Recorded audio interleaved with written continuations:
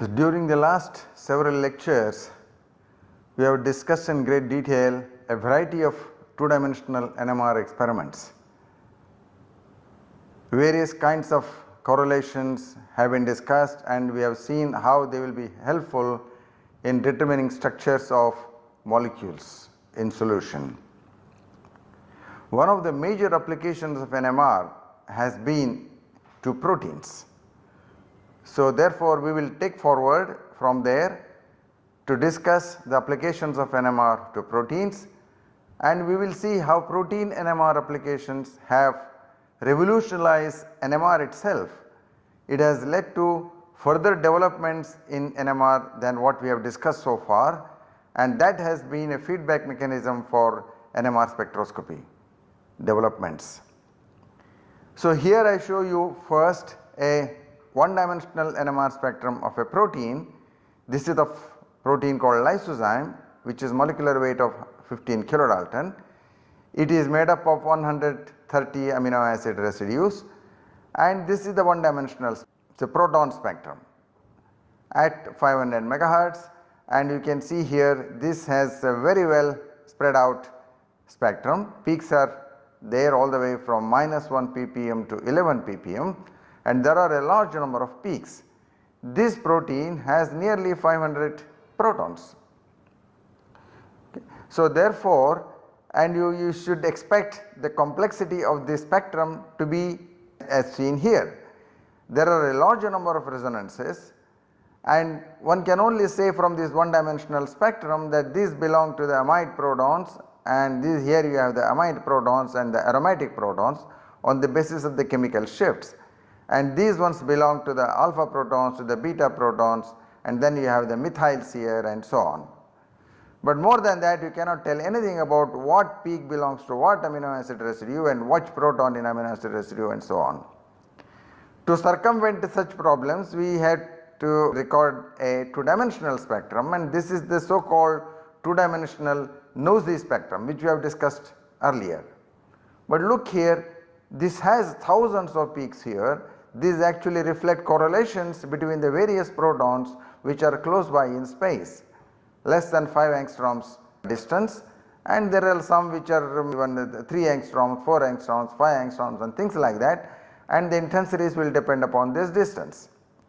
But this spectrum is also extremely complicated. You have so much of overlap of the cross peaks here, and it is almost impossible to analyze this spectrum in great detail to identify the peaks as belonging to individual protons in the protein. So therefore, this again posed a challenge. So as we went from one dimension to two dimensions in case of smaller molecules to remove the ambiguities and obtain assignments, with even the two-dimensional spectrum here is not adequate to obtain full assignments of the individual protons. So what do? So we had to use other strategies. As we went from 1D to 2D, now we can go to 3D and 4D and so on. How does that help? Let us look at that in a schematic manner here. This is the proton-proton spectrum schematically, and here you have the amide protons, and then you have the other protons, aliphatic protons, aromatic protons, etc. here.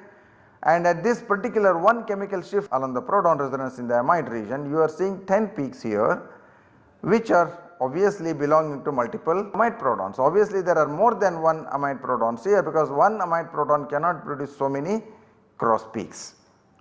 So therefore we try and see how many are present here, then you try and look at the heteronuclear correlation if they are between amides and the nitrogens. Let us do a amide nitrogen correlation here, the amide proton, the N15 correlation spectrum, which we also discussed earlier, and this is producing at this particular amide proton chemical shift 3 peaks, which means there are 3 nitrogens at least at this position. Okay.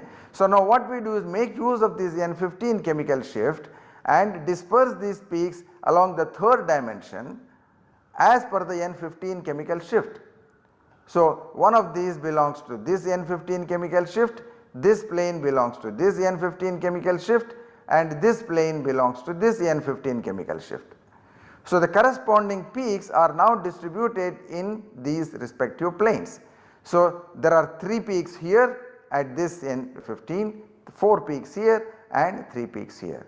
Whether there is any degeneracy here, can we identify this further as to belonging to the particular protons? We can remove this further degeneracy using a carbon 13 chemical shift.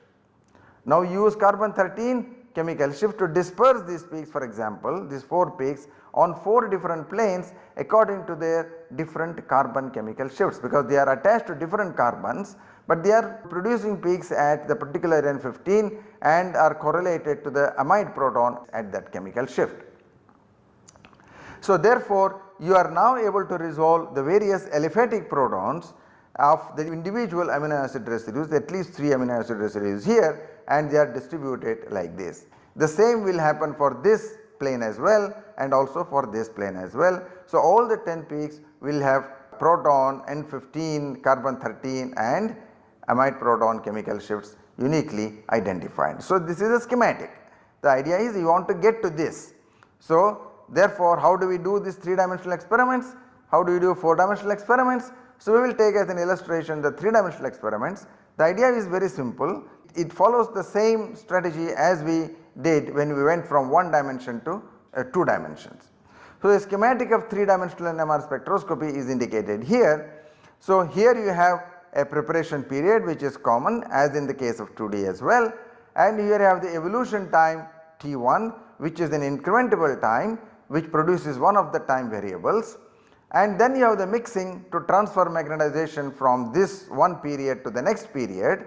Now in the case of 2D, here we had the detection period, we collected the data as a function of time and we produced a 2-dimensional spectrum after 2-dimensional Fourier transformation. In this case we will not collect the data here, but we will treat this as another evolution time with the label T2, then we add another mixing period here called mix 2 and then transfer the magnetization from here to here, and finally we have the detection period which is T3. We collect the data as a function of time here, and therefore this data which is collected will be modulated by what happens here and what happens here in independent manner. You systematically increment this T1 period, you also increment this T2 period, and for every one of those you collect the data. So let us say, to be more explicit, for a particular value of T2 you collect some, let us say 256 FIDs, and then you increment the T2, collect another 256 FIDs, increment again, collect another 256 FIDs. Therefore you will generate a cube of FIDs here. So T1 is one variable here, T2 is another variable here, and the T3 is the third variable here. So you collect FIDs for independent variation of T1 and T2. Okay. Therefore you generate a 3-dimensional time domain data which we write as S, T1, T2, T3. Now if you do a 3-dimensional Fourier transformation, and you will get a 3-dimensional frequency domain spectrum S, F1, F2, F3. Okay. So here is an example of a particular 3-spin system. Suppose you have a 3-spin system here A, B and C, and those 3-spin systems are here indicated here. Their corresponding chemical shifts are at this point, and then you will have correlations between each one of those. So the mixing transfers magnetization between each one of those. So and then if you have a 2-dimensional corresponding spectrum for a 3-spin system, you will have 9 peaks in the 2D correlation spectrum, right.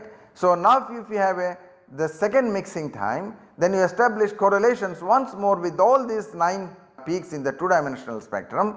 In the 2D spectrum we had 9 peaks for a 3-spin system of this type. Now when you have another evolution period, establish correlations with those once more with those 9 peaks, you generate 27 peaks. Therefore you have in this 27 peaks in this the 3-dimensional spectrum. All of them are separated, and then by analyzing this you can follow the magnetization transfer pathway. So you see here these 9 peaks here, and each of these produces a correlation to the other 2, each peak produces a correlation to the other 2, and therefore you from each of the 9 peaks you will have a total of 27 peaks in your spectrum. This is in this particular case. And suppose you have a linear system, in that case of course you will not have a correlation from A to C in the normal 2-dimensional spectrum. So therefore the number of peaks will be somewhat less, and still it is quite substantial. Here the two mixing periods are assumed to be the same, M1 is equal to M2, the two mixing periods are the same. If it is a J correlation, it is a J correlation, but in principle you need not have the two mixing periods the same. One of them may be J correlation, other one may be, in this example this can be a J correlation or this can be NOE correlation, this can be J correlation, this can also be J correlation, or this can be NOE correlation, this can also be NOE correlation. So like that you can have different combinations of mixing sequences, and that will produce different number of peaks in the individual spectra. So here you have, when M1 is not equal to M2, you will see much greater reduction in the number of peaks, and it will be of course easier to analyze. So this of course becomes quite complicated to analyze, but this one will be relatively easier to analyze in the 3-dimensional spectrum. Okay. So following this strategy, a large number of pulse sequences have been generated. For example, here I have here a 3-dimensional cozy pulse sequence. That means the first mixing sequence uses a J correlation mixing, and the second mixing is also a J correlation mixing. Therefore, you have a 3 pulse experiment here. This is a T1 increment, then you have the mixing here, and you have a T2 increment, another mixing here, then you have a small period for some adjustments, and then you acquire the data here at this point. So this is a cozy, and this is also a cozy experiment, except that here you have a selective pulse applied. Here it was a hard pulse, this was a selective pulse applied here for particular group of protons spins, and then you transfer from those particular group of spins to selectively to another group of spins and by J correlation, and then they evolve here period, and then it is transferred back to these protons to acquire the data. This is also a cozy, but then this is of course selective cozy. Selectively some peaks are excited here and some peaks are excited here, and you observe correlations between only those ones. So you can make all such combinations here. So therefore you generate a whole lot of experiments. Here is an experiment called as nosy cozy, and you selectively excite a certain number of protons here, and you transfer the magnetization to the Z axis here and do a nosy mixing. This is the nosy mixing. So after the nosy mixing, you apply selective pulse once more, transfer the magnetization to some other protons, and then you do a T2 evolution, use frequency label those ones, and then you transfer the protons once more, do a second mixing, and then this is the J correlation mixing. So therefore this becomes a nosy cozy experiment. So you have here the nosy mixing period, then this pulse acts as the J correlation mixing or the cozy mixing. Therefore you will have the nosy cozy 3-dimensional experiment.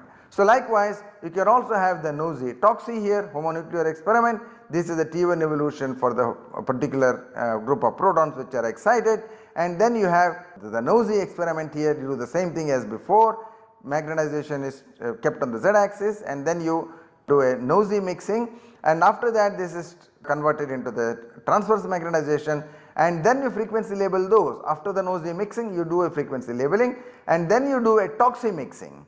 Okay, so this is the second mixing period. You have the frequency labeling here, then you have the second mixing period here, and therefore and then you collect the data. So this produces a nosy toxy correlation. So correlation between F1 and F2 will be nosy, and F2 and F3 will be toxy. So therefore this will go in that manner.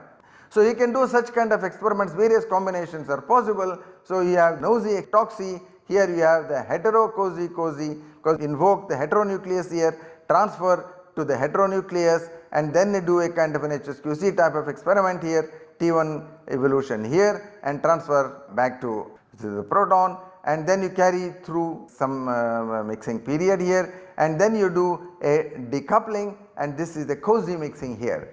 Okay. So this is homonuclear cozy experiment, that will, here it is a hetero experiment, this is a hetero correlation. After that it is a homonuclear correlation. During this T2 evolution there is a homonuclear transfer from one proton spin to another proton spin, and these tau periods are required to convert antiphase into in phase and things like that. So all of those is thing which you already discussed, and we will not go into the further detailed theoretical calculations here, but the principles are the same. So it is easy to follow by actually working out the product operators at the individual steps. What are the product operators at various places, why do you need the delays at various certain points, and how one can proceed with this. So, a large number of experiments have thus been developed and one can use it as per the need. A rough calculation here of the experimental time. You have the measuring time of a 3D experiment. This is not true for of course all the experiments. This is typical numbers which you have put here. Depending upon what numbers you put, your data, the time factor will be different.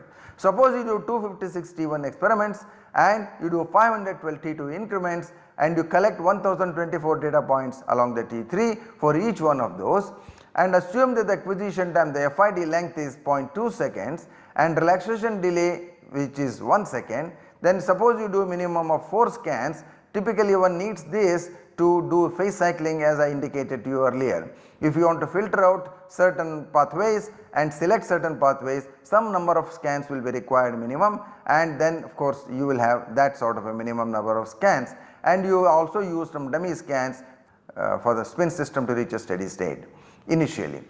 Okay, so therefore if you calculate this time, this works out to be 11 days, and this is a huge amount of time. Therefore, for the information you gain by dispersing the peaks in the 3 dimensions, you certainly pay a price in terms of the machine time here if you do experiment in this manner. So, but generally one is not doing these strategies, one is adopting certain kind of a combinations of nuclei, so that you do not need to do these many increments in each of these dimensions, and then you will be able to save time. This is a particular advantage of heteronuclear experiments, where you can actually choose a small section of the spectrum and collect the data in a rather less time. So, here is one of the heteronuclear 3-dimensional experiment which is called proton N15 toxi HSQC. So, the first mixing here is a toxi mixing and the second mixing is the HSQC mixing. So, this is the heteronuclear transfer. The toxi means it is a proton-proton homonuclear transfer, that is indicated here. The experiment goes like this: you have the first 90-degree pulse on the proton and you evolve it during the period T1 here, but you apply a 180-degree pulse in the middle of the T1 period on the N15 channel. So, as a result of this, there will be no proton N15 coupling evolution. Okay, this will decouple, this 180 pulse decouples proton from N15 and you will have only proton-proton coupling evolution going on. Therefore, you do a toxi mixing of the proton-protons here from here to here. The DIPSI2 is a toxi mixing sequence. These pulses are applied to flank this DIPSI. This is the whole thing is a part of the DIPSI2 mixing.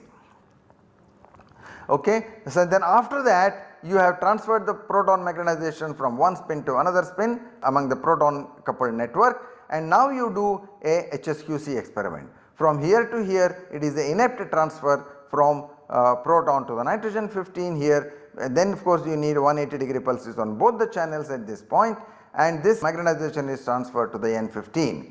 Now here the magnetization is on N15 and this will evolve with its characteristic frequencies, and this time label is now T2. At the middle of this you have 180-degree pulse as in the case of normal HSQC. So, you have only frequency labeling of the N15 nuclei here, and then from here you transfer the magnetization back to the proton at this point, and therefore now it is antiphase magnetization of proton, which is antiphase with respect to the nitrogen, and then during this tau 180 tau period you allow this antiphase magnetization to refocus and you can collect the proton data here. You collect proton FIDs, and when you are collecting this you can decouple the nitrogen 15. So, this is the toxi HSQC experiment. Okay. Similarly, you can also do a nosy HSQC experiment. The nosy HSQC goes in the same manner here. You have the proton magnetization excited here, and then you have the evolution for labeling the proton frequencies, and this is done once again to remove the proton nitrogen coupling. So, this is only proton frequencies here, and this now whole block from here to here will be the nosy part. So, you have the nosy mixing, therefore, the transfer of magnetization happens from one proton to another proton because of nosy mixing, and then you start your inept sequence. From here onwards you actually transfer the magnetization to the nitrogen 15. So, from this is the inept sequence, you transfer it from here to here, and now the magnetization here is on N15 and do a HSQC type of experiment. These pulses which are present here are some improvements, so we will not go into those details. I mean, of course, compared to the standard HSQC what I have given you earlier, there are some differences here, but these ones are to improve the performances, remove some artifacts and things like that. So, but let us not go into those details. Similarly, of course, this one pulse also which is applied for some removing some artifacts and imperfections. And then you transfer the magnetization back to the proton at this point, and then now you have to do a refocusing, and there is also some other additional which is added here which we have not discussed. This is to increase the sensitivity of the experiment, and finally you collect the data here and do decouple the nitrogen frequencies. Okay. So, therefore, this is something which is additionally put for improving the sensitivity of the experiment. So, this is called nosy HSQC. Basically, you have in the first mixing it is nosy mixing period, and in the second mixing you have the HSQC. This is heteronuclear correlation, that is a J correlation, and then you collect the data as a function of proton frequencies. Okay. Now, let us look at some experimental data. So, here is an illustration application to a protein. This is a 3D nosy HSQC spectrum.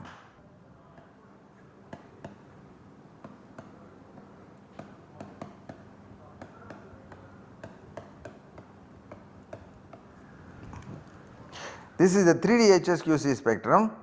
Now, on this side a 2-dimensional HSQC spectrum is shown for ease of understanding. So, on this axis here in the HSQC of the protein you have the proton dimension here, and on this axis you have the nitrogen 15. So, you have the nitrogen 15 chemical shifts here and the proton chemical shifts along this axis. Okay. So, these are amide proton chemical shifts. Okay. So, as we said earlier, this is actually fingerprint of your protein. You will have one peak per residue, and by actually counting the number of peaks here you can actually figure out how many amino acids are there in your protein. Now, a 3-dimensional spectrum, a nosy HSQC will look like this. So, on one of the axis you have the nitrogen 15 here as indicated to you in a schematic, and then you have other two axes have the proton here and here. Okay. But this portion what is chosen here is the amide proton chemical shift, because it is only the amide protons which will show correlation to nitrogen 15. Okay. No other proton shows a correlation to the nitrogen 15 through coupling. Therefore, if you are actually passing the magnetization from the proton to the nitrogen, it will only be from the amide proton to the nitrogen. Therefore, we will only have in this case amide proton to nitrogen correlations here. Okay. Now, after nitrogen 15 it is transferred, they are doing an HSQC experiment. You label the nitrogen 15 and transfer it back to the amide proton and do the detection. So, before you actually transferred, you have done the proton nosy, and then you are transferred to the nitrogen 15 and you have done the HSQC there and you generate a 3-dimensional spectrum. So, therefore, this is a 2-dimensional HSQC spectrum, amide proton N15 correlation here. Now, if I take a particular cross section here at the particular N15 chemical shift here and I plot that here in this, and this is what we have got. So, you see, even though this is also complex, but still it is much less than what you would have in a simple 2-dimensional spectrum, all of them the peaks appearing in one place. So, if you take a particular cross section, means supposing I am taking a cross section at this point, you can see here how many amide protons are there. So, you can use at least 10. So, you can count more. So, there is so much of amide proton degeneracy at this N15 chemical shift. Okay. So, all these amide protons will show NOE correlations to the respective aliphatic protons. So, this is for example from here you show a correlation to the alpha proton, to the beta proton, the gamma proton, the delta proton and so on. So, likewise for this one you see this amide proton is showing a correlation to these alpha protons here and then the beta proton and perhaps the methyl protons here. So, likewise all of these amide protons which are present here, they are on this axis and they show correlations to various the other aliphatic protons, and some of them show correlations to the aromatic protons as well. So all these which are present here, these are amide correlations and amide aromatic correlations. Aromatic protons also appear in this region, right. So they appear between 6 to 7 ppm, 7.58, and all the amides are present in this area. Therefore amide correlations appear in this area, and this area belongs to the amide aliphatic correlations. So therefore, since the particular N15 chemical shift, there are so many amide protons here, you will have so many peaks present in this, and this is analyzable because you can go plane by plane and look at the correlations between the various groups of protons. Okay. So, and often one does, to simplify the procedure, one takes an area where there is not too much of degeneracy, for example here, and typically these ones belong to the glycines, okay, and then you will have a good starting point. Once you start from such unambiguous positions, you will be able to establish correlations between the amino acid residues, and then you will be able to walk along the polypeptide chain. So that of course a combination of a lot of these experiments are used. Toxi-HSQCs and Nosy-HSQCs are used to identify resonances as belonging to the individual protons. Okay. So let me show you here how does actually the experiment, the spectrum look, a 3-dimensional spectrum, the same Nosy-HSQC here. Now you see the 3-dimensional cube. So you have here the peaks on the various planes. So in principle you can take cross sections at various chemical shifts and analyze the individual peaks. You can see now there are only a small number of peaks here, and this plane also has a certain number of peaks, this is behind that. So if you come forward, then you will have some peaks here which belong to this particular proton. So now you take a projection down this axis, you produce a 2-dimensional spectrum here. So therefore essentially, as I indicated to you in the schematic, this 2-dimensional spectrum is now pulled apart along this, but with the NOE correlations. In this case the NOE correlations are not there, this is just a HSQC spectrum. Now NOE correlations are displayed along the 3rd dimension here. So therefore this is the proton axis. So you will have correlations from this particular amide proton at this particular N15 chemical shift to these many aliphatic protons here, and likewise this one will also show these many aliphatic correlations, and therefore it becomes much easier to analyze a 3-dimensional spectrum. And this allowed to determine the structures of reasonably sized protein molecules, something like 150 and sometimes even 200 amino acid residues have been analyzed. And of course it all depends upon what is the quality of your spectrum, how well resolved are the peaks in the HSQC spectra. If they are well resolved, then the protein is well folded, it indicates the protein is well folded. So once you have well folded proteins, the peaks will be better resolved, then you can go to larger and larger systems. So this has been a success story, and for all of these developments, you know, this Professor Wittrich was awarded the Nobel Prize for protein structure determination using NMR. The methodology of 2-dimensional NMR and 3-dimensional was developed by Professor Richard Ernst, who also invented the Fourier transform NMR technique, and he was awarded the Nobel Prize in 1991 for this technique development, and the applications were elegantly done by Kurt Wittrich's group in Zurich. Incidentally, both of them are in Zurich in the same institute, ETH, and so Wittrich won the Nobel Prize for these applications in 2002. And this is, of course, this was the beginning, and now we have gone much further using more of N15 and heteronuclear experiments, carbon 13 experiments which I mentioned to you, and we do not have time to do all of that in this course. Probably one may have to do another course, and then you have to develop triple resonance experiments where you use not only 2 nuclei at a time, but 3 nuclei at a time you can use and disperse the peaks, and these are called triple resonance experiments, and hundreds of such experiments have been developed, and this has allowed us to push the limits of molecular weights to several tens of kilodaltons. The ambition is to go as large as possible, study large assemblies, study intrinsically disordered proteins, and so on and so forth. I think that is well beyond the scope of this course, and maybe one has to do this at a later stage. With that, I will stop here, and I hope you enjoyed the course.